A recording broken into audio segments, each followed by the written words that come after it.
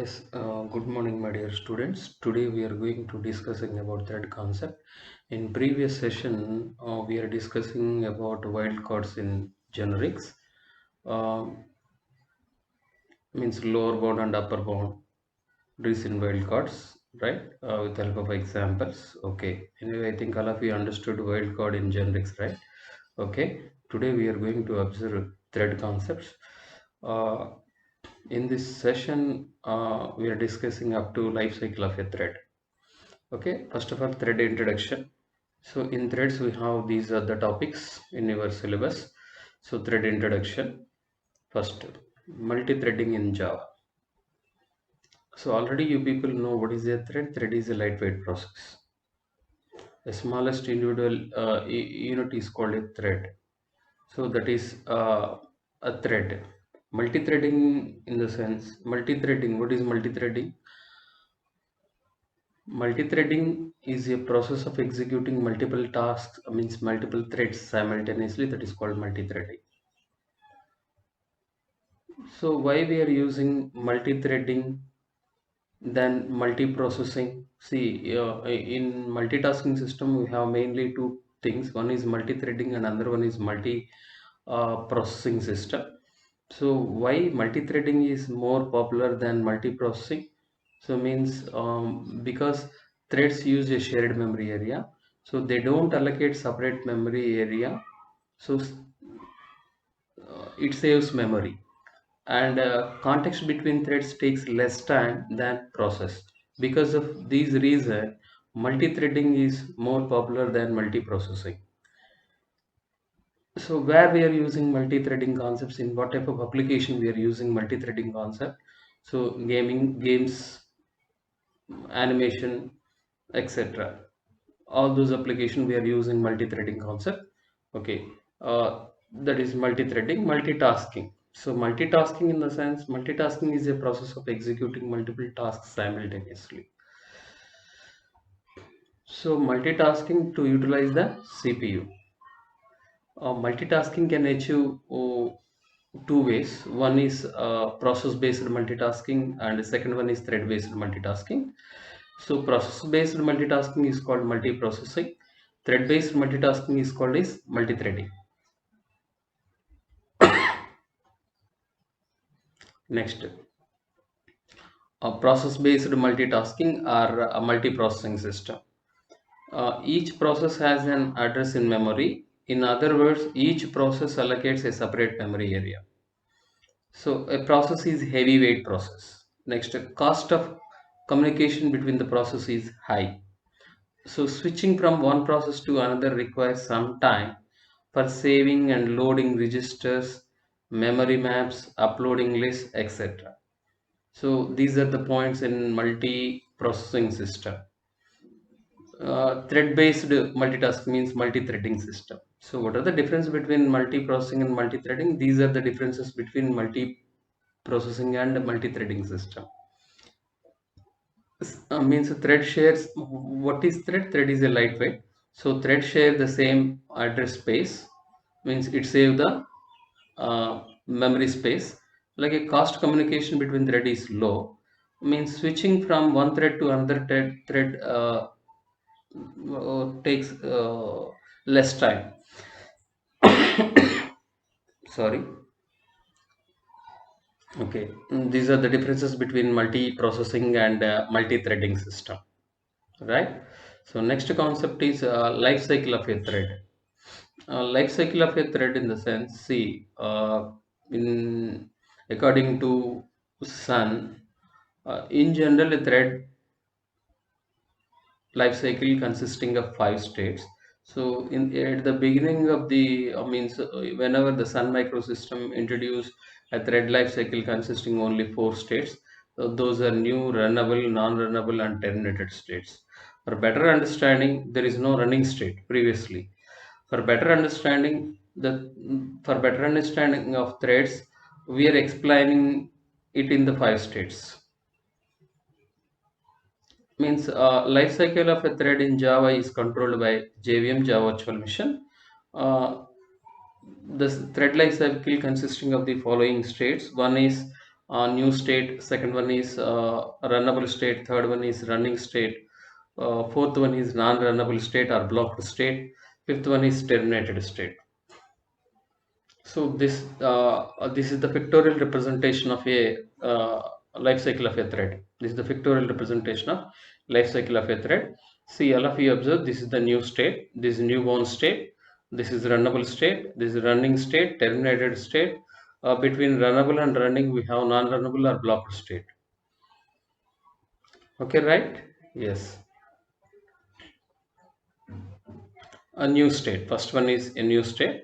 So new state in the sense a thread is in new state. Whenever we are creating an instance of a thread class, but before invocation of start method, that is called new state. Means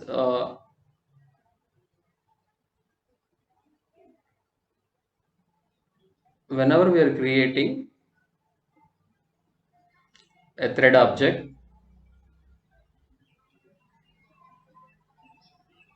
before calling the start method, that is in new state, a runnable state. A thread is runnable state after invocation of start method. Means whenever we are calling, see, now I will give you the example here. I will show the example.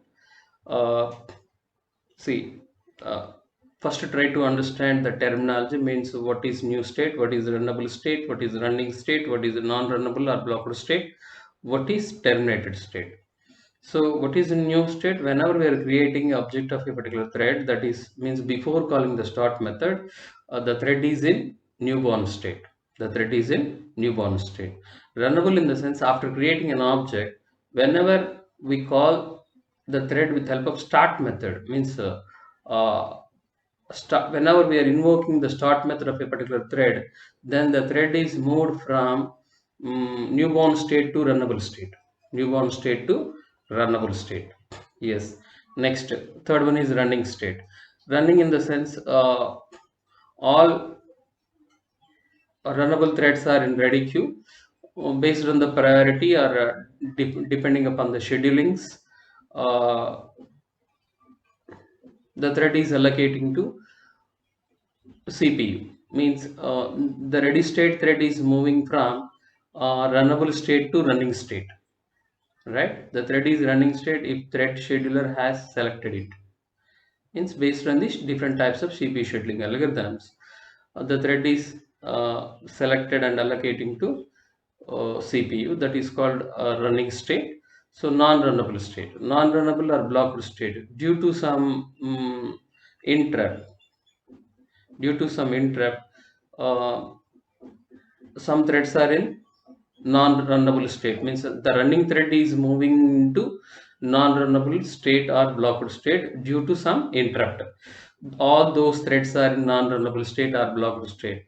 In what type of situation the thread is moved from running state to non-runnable state? See, now all of you observe, this is the diagram, diagrammatic representation. This is running thread. When the running thread is moved into non-runnable state, means sleep, due to sleep, or block, means block on IO, wait for lock, suspend, wait. Because of these reasons, the running thread is moving into non-runnable state. Once again, the sleep done means sleep completed or IO completed. Lock means lock available means resume, notify all. See, of the corresponding thread, in that situation, the blocker state thread is moving into runnable state. Right? Yes. This is a non-runnable state. Next, terminated state. In terminated state, see here, a thread is premature death and normal death. See, premature death in the sense after a thread is born, uh, a thread is death before its normal process is complete. That is called premature death. Means normal death in the sense a thread is born, it is in runnable state and it is in running state. means the thread is completes its normal execution. After executing the thread successfully, then finally it is in means terminated state, that is called normal death of a particular thread, that is terminated state, that is called dead state. Means whenever a thread run method is successfully executed, that is called after executing the run method, the thread is dead, right? Right. Yes, now all of you observe this particular example. See, this is the example here. I will show the example. I will explain this particular concept through.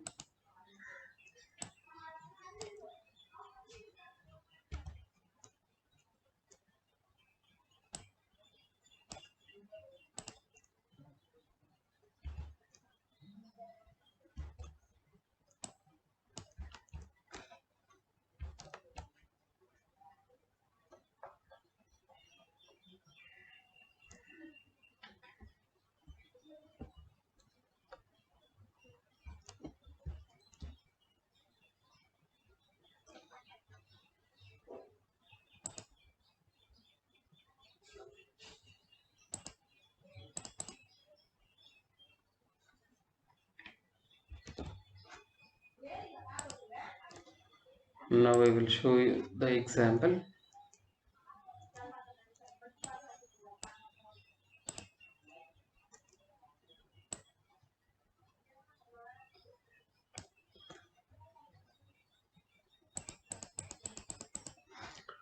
See, in this particular example, all of you observe.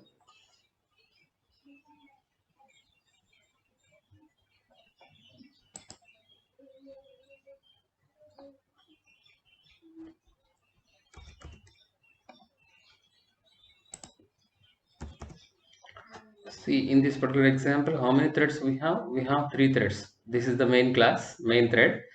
So in this main thread, see how many number of objects we are means how many number of thread objects are started? 3 threads, A, B, C. So in this particular example, we have 3 threads. A is one thread, B is another thread, C is another thread. What is the responsibility of A thread? To display I value from 1 to 5. What is the responsibility of B thread? To display J value 1 to 5. What is the responsibility of C thread? To display K value 1 to 5. See, I am not by hearting all these program, based on the concept only how to write. See this anyway. In next session, we are observing how to create thread. So how to develop a thread program. See here, class A extend thread means every thread class we are developing run method. So inside the run method, we are preparing the logic.